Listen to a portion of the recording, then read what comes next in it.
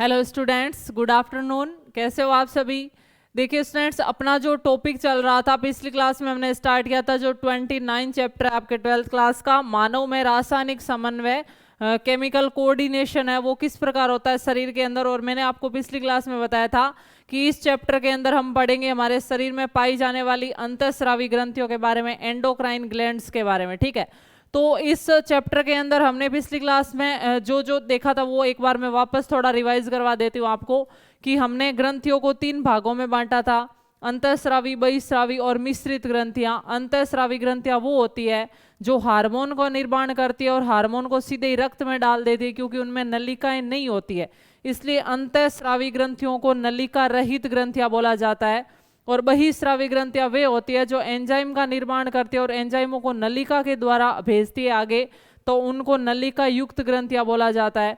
और तीसरे प्रकार की एक थी मिश्रित ग्रंथि, जो एंजाइम भी निकालती है और हार्मोन भी निकालती है, उनको क्या बोला जाता है? मिश्रित ग्रंथि। और मानव शरीर में एक ही मिश्रित ग्रंथि है, अग्नाशय या पेनक्रियाज।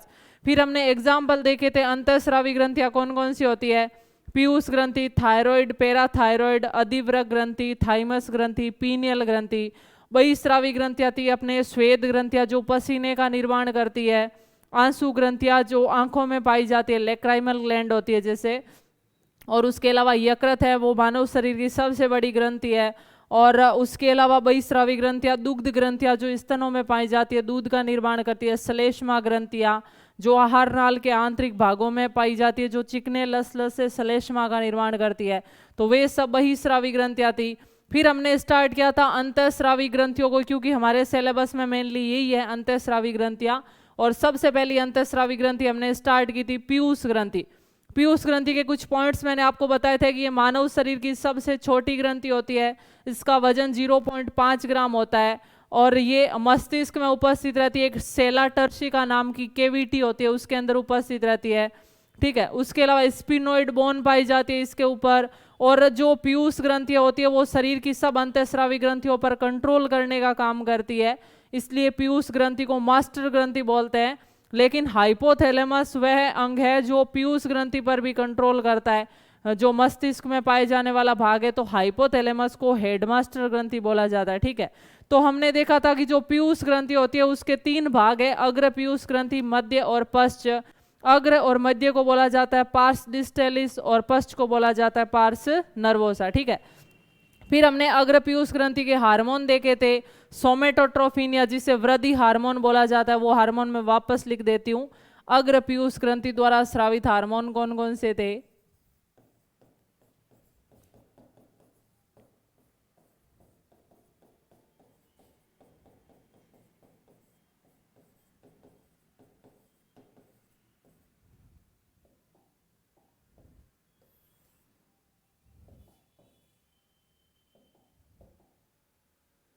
इनमें सबसे पहला था सोमेटोट्रोफिन, या जिसे वृद्धि हार्मोन भी बोलते हैं।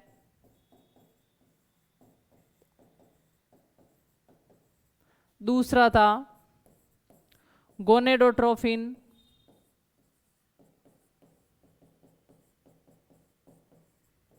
वृद्धि हार्मोन। गोनेडोट्रोफिन 2 प्रकार के होते हैं, एक होता है आपके FSH फॉलिकल स्टिमुलेटिंग हार्मोन, और एक होता है LH ल्यूटिनाइजिंग हार्मोन। तीसरे प्रकार के है प्रोलेक्टिन हार्मोन, जो स्तन ग्रंथियों पर काम करते हैं, प्रोलेक्टिन हार्मोन। चौथे प्रकार के थे ग्लूकोकोर्टिकोइड्स हार्मोन।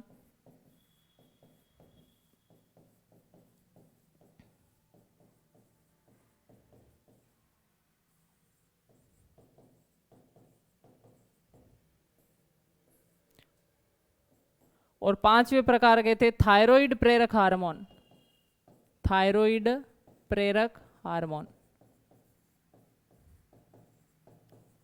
यहाँ तक देखा था हमने पिछली क्लास के अंदर, और मैंने बताया था कि नेक्स्ट क्लास के अंदर हम इन सबको विस्तार से पढ़ने वाले हैं। तो अब हम इन एक एक करके हार्मोनों को विस्तार से पढ़ेंगे। सबसे पहले हम किसकी स्टडी करेंगे? सोमेटोट्रोफिन हार्मोन, जिसका दूसरा नाम क्या? वृद्धि हार्मोन, या इसे ग्रोथ हार्मोन भी बोला जाता है।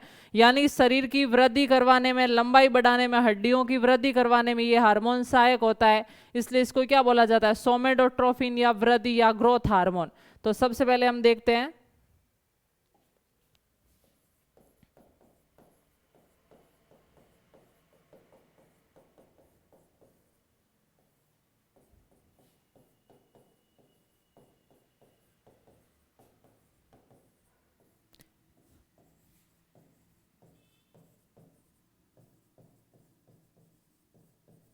सोमेटोट्रोफिन वृद्धि हार्मोन या ग्रोथ हार्मोन बोला जाता है। अब देखिए, हमारे शरीर की लंबाई में वृद्धि किसके द्वारा होती है? अस्थियों के द्वारा होती है, पेशियों के द्वारा होती है, उपास्थ्यों के द्वारा होती है। तो ये हार्मोन मेनली उन्हीं अंगों पर काम करता है जो वृद्धि के लिए उत्तरदायी होते हैं। तो ये हार्मोन मुख्यतः हड्डियों पर काम करता है। हड्डियों को ये वृद्धि करवाने के लिए क्या करता है? प्रेरित करता है। अब हड्डियों में वृद्धि ज्यादा कब होगी? जब उनके अंदर कोशिका विभाजन ज्यादा होगा, और कोशिका विभाजन ज्यादा होने से उनके अंदर वृद्धि भी क्या होती है? ज्यादा होती है। तो ये हार्मोन क्या करता है? अस्थियों और उपास्थियों की वृद्धि करवाने को प्रेरित करता है, और उसके अलावा ये जो कोशिका विभाजन को भी क्या करता है? प्रेरित करता है, जिसके कारण वृद्धि होती है। अब कभी कभी क्या होता है कि ये हार्मोन ज्यादा वृद्धि करवाने लगता है तो व्यक्ति की लंबाई ज्यादा बढ़ जाती है, जिसे जाइगेंटिज्म रोग बोला जाता है, अतिकायिकता बोला जाता है। और कभी कभी इस हार्मोन का निर्माण है वो आवश्यकता से भी कम हो जाता है, तो उस टाइम व्यक्ति है वो बौना रह जाता है, जिसे ड्वार्फिज्म रोग बोला जाता है। ठीक है, तो इसके पॉइंट्स देखते हैं हम। यह है हार्मोन।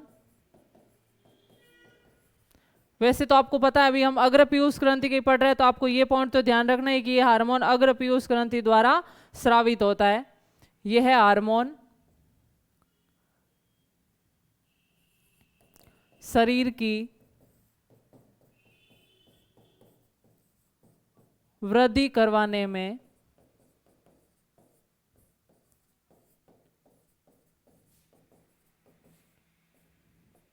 सहायक होता है।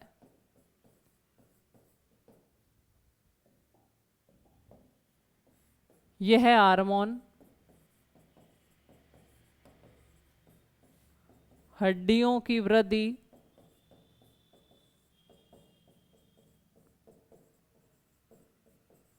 तथा कोशिका विभाजन को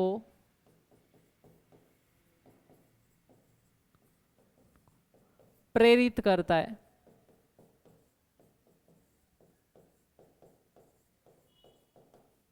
ठीक है, तो नोट कीजिए सोमेटोट्रोफिन हार्मोन के पॉइंट।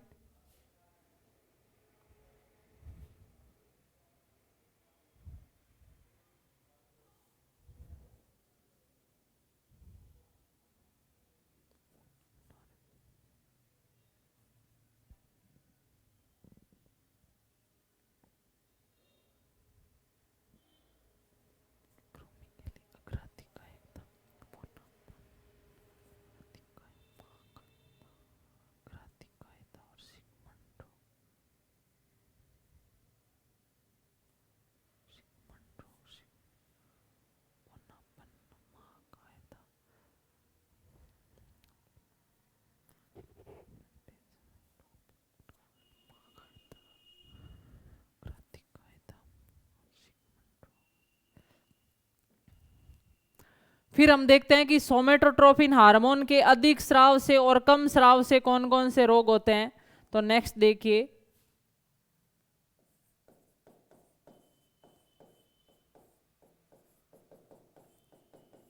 सोमेटोट्रोफिन हार्मोन के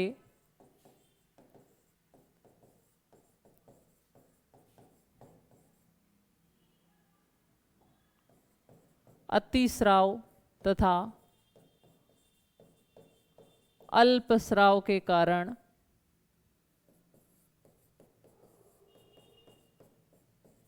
उत्पन्न रोग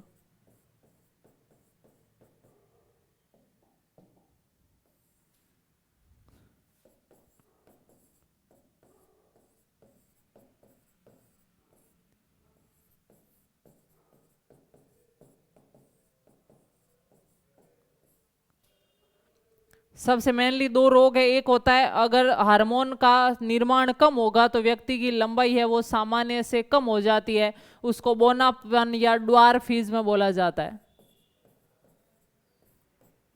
और एक स्थिति वो होती है कि जो आवश्यकता से अधिक सोमेटोट्रोफिन स्रावित होने लगता है, जिसकी शरीर में व्यक्ति की लंबाई बहुत ज्यादा बढ़ जाती है, आवश्यकता से अधिक बढ़ जाती है, जिसे अतिकायता या जाइगेंटिज्म बोला जाता है। एक होता है सिगमंड रोग।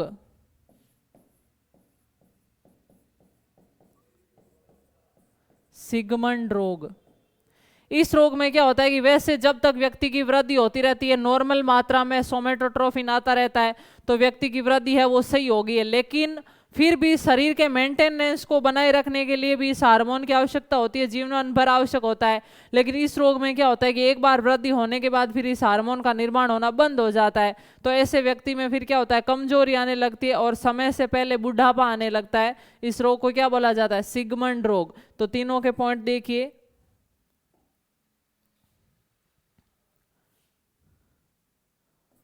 वृद्धि हार्मोन के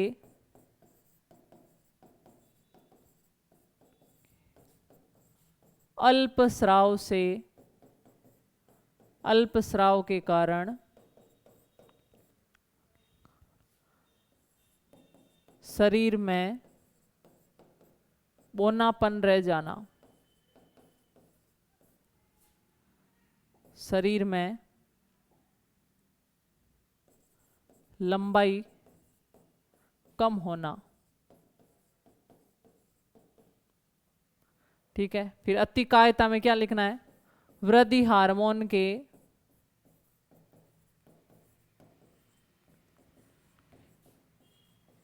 अतिस्राव के कारण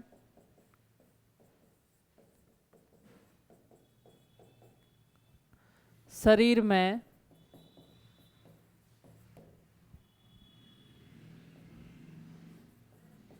आवश्यकता से अधिक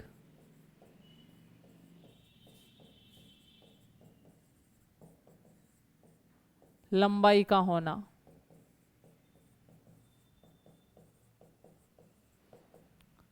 और नेक्स्ट पॉइंट, सिगमंड रोग शरीर की पूरी वृद्धि होने के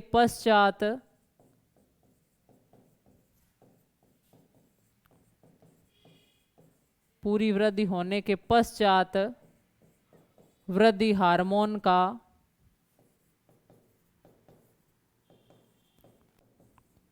स्राव रुक जाना, जिसके कारण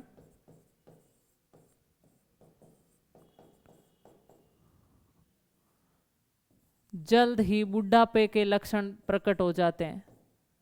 जल्द ही बुढ़ापे के लक्षण प्रकट हो जाते हैं। ठीक है, तो इन तीनों रोगों को नोट कर लीजिए जो सोमेटोट्रोफिन या वृद्धि हार्मोन के कारण, वृद्धि हार्मोन के ज्यादा या कम के कारण प्रकट होते हैं।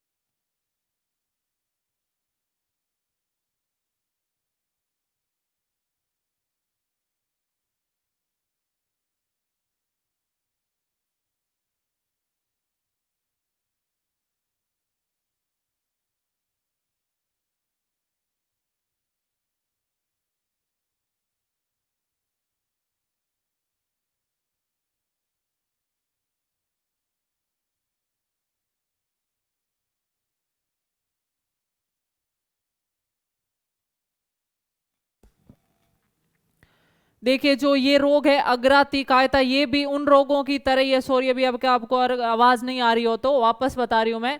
जो वो 3 रोग देखे, उनके अलावा ये जो अग्रातिकायता रोग है, इस रोग में भी सेमी जो जाइगेंटिज्म रोग है उसके समान ही होगा, यानी इसमें भी वृद्धि हार्मोन का अत्यधिक मात्रा में स्राव होगा। और इस रोग में क्या होगा कि व्यक्ति का शरीर भीमकाय बन जाता है, बहुत ज्यादा लंबाई हो जाती है, जिसमें जबड़े बड़े बड़े निकल जाते हैं, कुबड़ निकल जाती है, हाथ पैरों की लंबी अत्यधिक वृद्धि हो जाती है। और इस रोग को क्या बोला जाता है? अग्रातिकायता। तो इस रोग में वृद्धि हार्मोन का अत्यधिक मात्रा में स्राव होने लगता है, जिसके कारण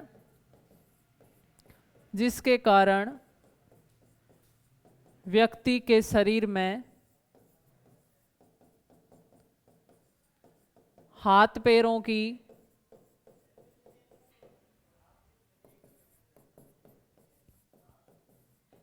लंबाई में अत्यधिक वृद्धि हो जाती है।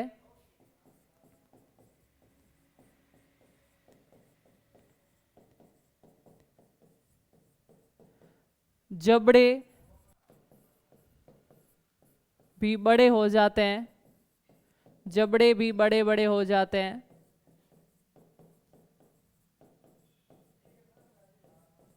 तथा कुबड़ निकल जाती है,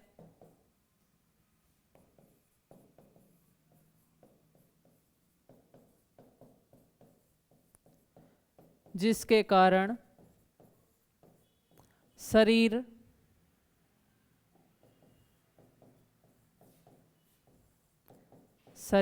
कुरूप लगने लगता है, कुरूप या भद्दा लगने लगता है।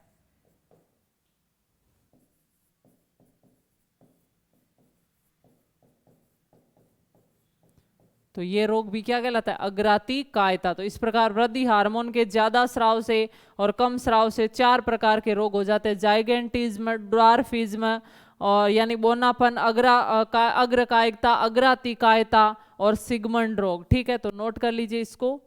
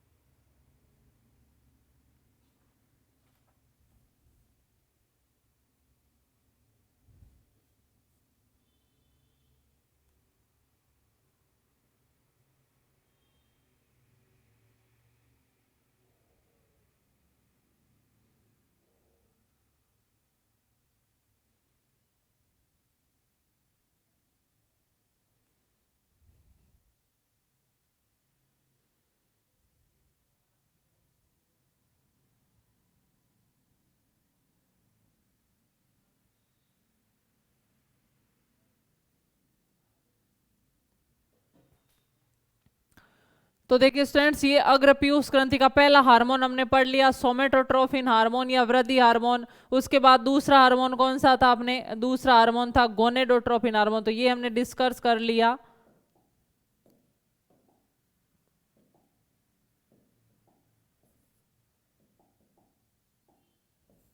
अब हम पढ़ेंगे गोनेडोट्रोफिन हार्मोन, जो 2 प्रकार के होते हैं: पुट्टी का प्रेरक हार्मोन यानी फॉलिकल स्टिमुलेटिंग हार्मोन, और ल्यूटिनाइजिंग हार्मोन। तो इन हार्मोनों को अब हम डिस्कस करते हैं।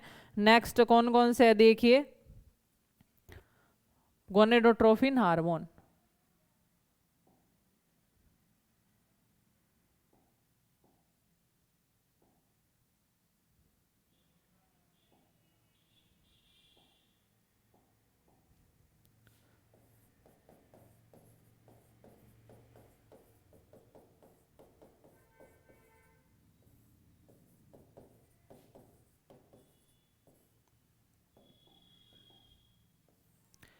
देखिए स्टूडेंट्स, ये जो नाम है गोनेडोट्रोफिन, गोनेड्स किसको बोला जाता है? तो गोनेड्स बोला जाता है जनन अंगों को। और वो हार्मोन जो जनन अंगों पर काम करते हैं वो क्या कहलाते हैं? गोनेडोट्रोफिन हार्मोन कहलाते हैं। तो परिभाषा देख लीजिए, जनन अंगों पर, जनन अंग कौन कौन से? नर के अंदर होते हैं वृषण यानी टेस्टिस, और मादा के अंदर अंडाशय यानी ओवेरी। जनन अंगों यानी वृषण तथा अंडाशय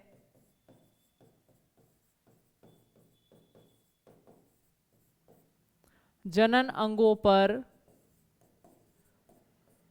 कार्य करने वाले हार्मोन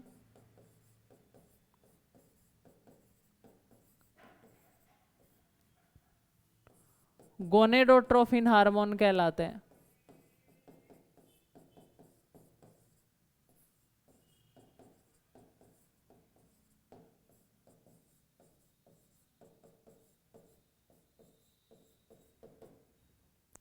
ये दो प्रकार के होते हैं।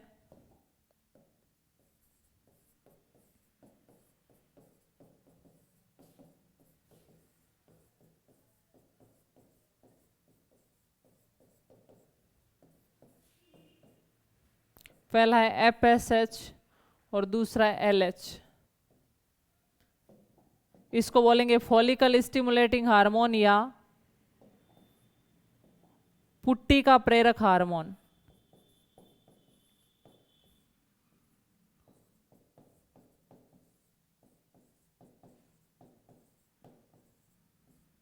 और इनको बोला जाता है ल्यूटिनाइजिंग हार्मोन।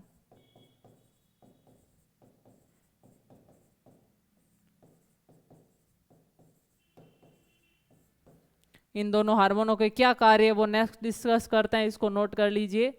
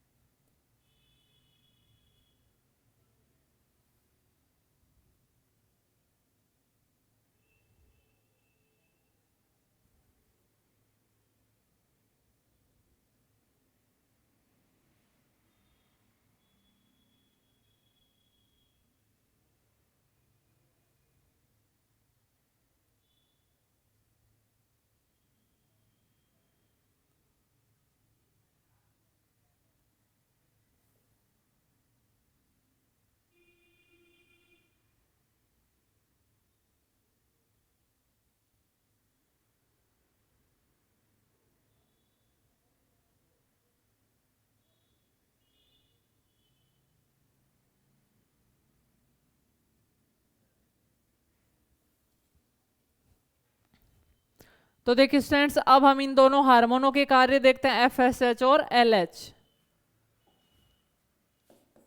FSH और LH, ल्यूटिनाइजिंग हार्मोन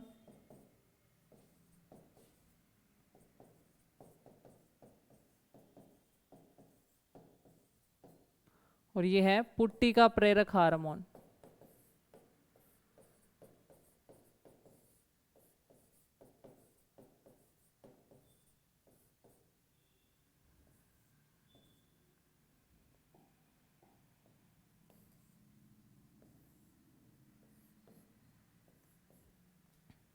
देखिए जो फॉलिकल स्टिमुलेटिंग हार्मोन है, पुट्टी का प्रेरक हार्मोन है, पुट्टी का काम बनती है अंडाशय के अंदर बनती है, पुटकों की वृद्धि होती है, तो उन पुटकों की वृद्धि करवाने के लिए ये हार्मोन क्या करता है, उनको प्रेरित करता है। और उसके अलावा जो वृषण के अंदर शुक्र जनन की प्रक्रिया को भी क्या करता है, प्रेरित करता है। तो ये दोनों इनके अंदर कार्य है। अंडाशय के अंदर पुटकों की वृद्धि को प्रेरित करता है और फिर ग्राफियन पुटक के द्वारा एस्ट्रोजन हार्मोन के निर्माण को भी क्या करता है, प्रेरित करता है। और उसके अलावा वृषण के अंदर, नर के अंदर ये क्या करता है, शुक्राणु जनन को प्रेरित करता है। फिर है ल्यूटिनाइजिंग हार्मोन। ये हार्मोन क्या करेगा, मादा के अंदर अंडाशय में जो कार्पस ल्यूटियम है उसके द्वारा प्रोजेस्टेरोन हार्मोन बनाने के लिए प्रेरित करेगा और नर के अंदर टेस्टोस्टेरोन हार्मोन बनाने के लिए प्रेरित करेगा। तो इनके कार्य दिखते हैं। पहले काम करेगा आप अंडाशय पर, इसका क्या काम होता है तो देखिए, अंडाशय में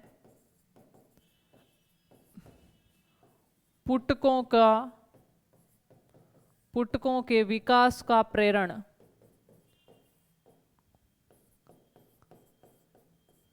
उसके अलावा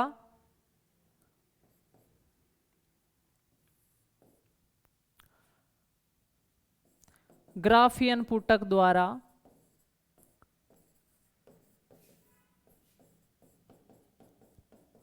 एस्ट्रोजन हार्मोन के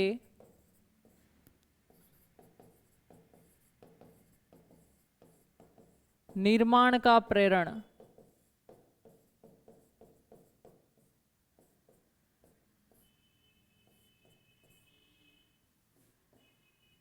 ठीक है। और नर के अंदर क्या करेगा, ये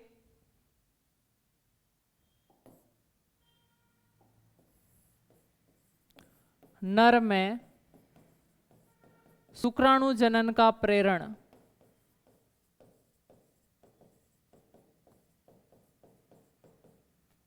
ठीक है। तो फॉलिकल स्टिमुलेटिंग हार्मोन, पुट्टी का प्रेरक हार्मोन क्या करता है, अंडाशय में पुटकों के विकास का प्रेरण और ग्राफियन पुटक द्वारा एस्ट्रोजन हार्मोन के निर्माण को प्रेरित करता है। ये काम तो हो गया मादा के अंदर। और नर के अंदर ये क्या करेगा, स्पर्मियोजेनेसिस, शुक्राणु जनन के निर्माण को प्रेरित करेगा, ठीक है। फिर आता है ल्यूटिनाइजिंग हार्मोन। ये हार्मोन क्या काम करेगा, मादा के अंदर ये ग्राफियन पुटक के अंदर जो कार्पस ल्यूटियम नामक संरचना बनती है, हमने पढ़ा था जनन तंत्र वाले टॉपिक में। तो ग्राफियन पुटक के अंदर जो कार्पस ल्यूटियम नामक संरचना बनती है वो एस्ट्रोजन और प्रोजेस्टेरोन दोनों हार्मोनों का निर्माण करती है।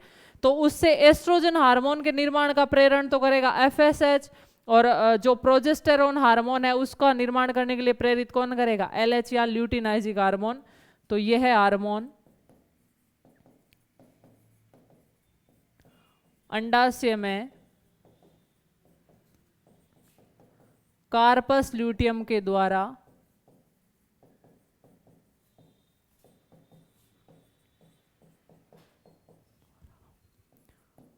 प्रोजेस्टेरोन हार्मोन के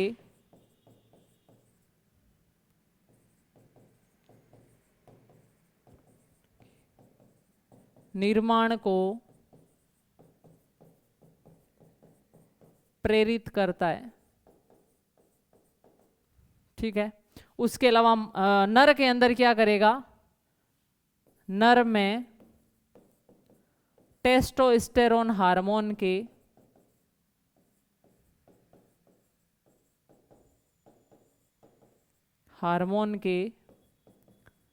निर्माण का प्रेरण करता है।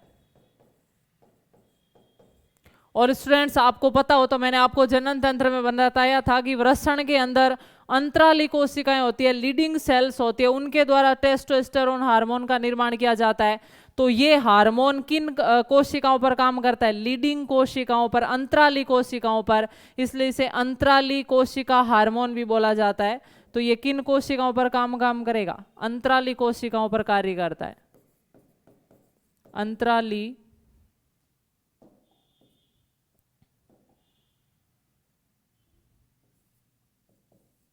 कोशिकाओं पर कार्य।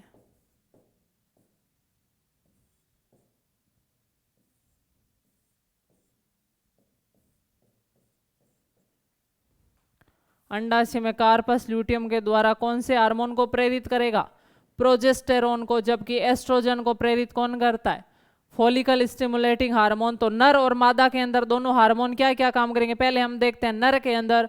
तो नर में ये हार्मोन शुक्राणु जनन का प्रेरण करता है FSH, और LH है वो टेस्टोस्टेरोन हार्मोन के निर्माण को प्रेरित करता है। मादा के अंदर FSH हार्मोन है वो पुटकों के विकास का परिवर्धन करता है, प्रेरित करता है, और उसके अलावा एस्ट्रोजन हार्मोन के निर्माण को भी प्रेरित करता है। जबकि LH हार्मोन है वो मादा में कार्पस ल्यूटियम के द्वारा प्रोजेस्टेरोन हार्मोन को बनाने के लिए प्रेरित करता है। नोट कर लीजिए दोनों पॉइंट्स को।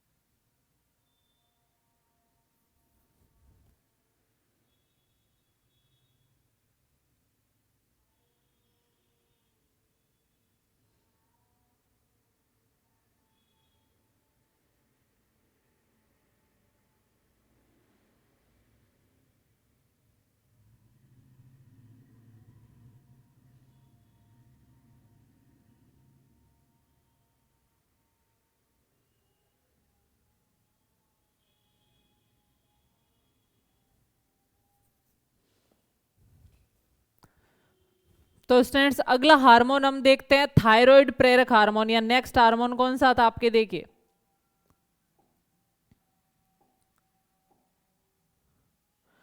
जो गोनेडोट्रोफिन हार्मोन हमने पढ़ लिया, उसके बाद नेक्स्ट हार्मोन आएगा आपके प्रोलेक्टिन हार्मोन। तो देखिए नेक्स्ट देखते हैं हम प्रोलेक्टिन हार्मोन।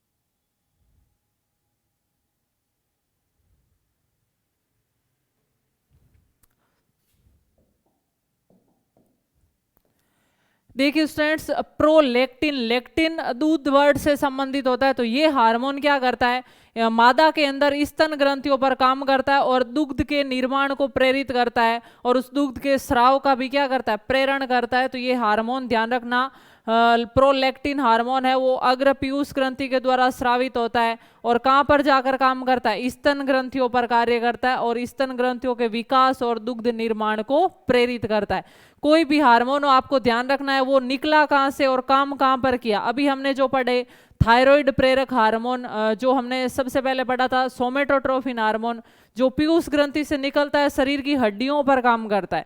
दूसरा था गोनेडोट्रोपिन हार्मोन LH और FSH, जो पीयूष ग्रंथि से निकलते हैं और अंडाशय और वृषण पर जाकर कार्य करते हैं। उसी प्रकार जो प्रोलेक्टिन हार्मोन है वो पीयूष ग्रंथि से निकलेगा और स्तन ग्रंथियों पर जाकर कार्य करेगा। तो आपको इनका उद्गम स्थान और कार्य करने वाला स्थान भी, दोनों अंग है वो पता होने चाहिए, ठीक है। तो प्रोलैक्टिन हार्मोन, ये है हार्मोन अग्र पीयूष ग्रंथि द्वारा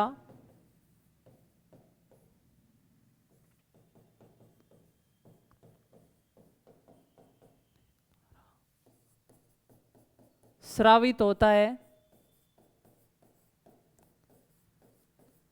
तथा स्तन ग्रंथियों पर कार्य करता है।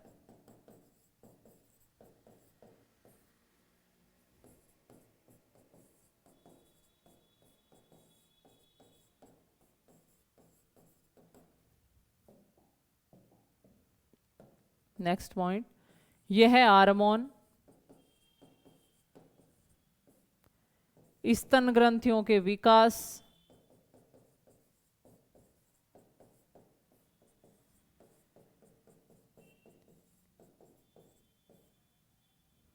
तथा उनमें दुग्ध निर्माण का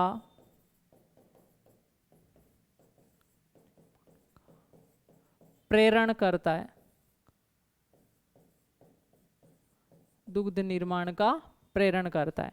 तो दोनों पॉइंट नोट कर लीजिए। ये हार्मोन अग्र पीयूष ग्रंथि द्वारा स्रावित होगा और काम कहाँ करेगा, स्तन ग्रंथियों पर कार्य करता है। दूसरा, ये क्या काम करता है, स्तन ग्रंथियों के विकास में सहायक है और दुग्ध निर्माण का प्रेरण करता है। तो ये है प्रोलैक्टिन हार्मोन। नोट कीजिए पॉइंट्स को।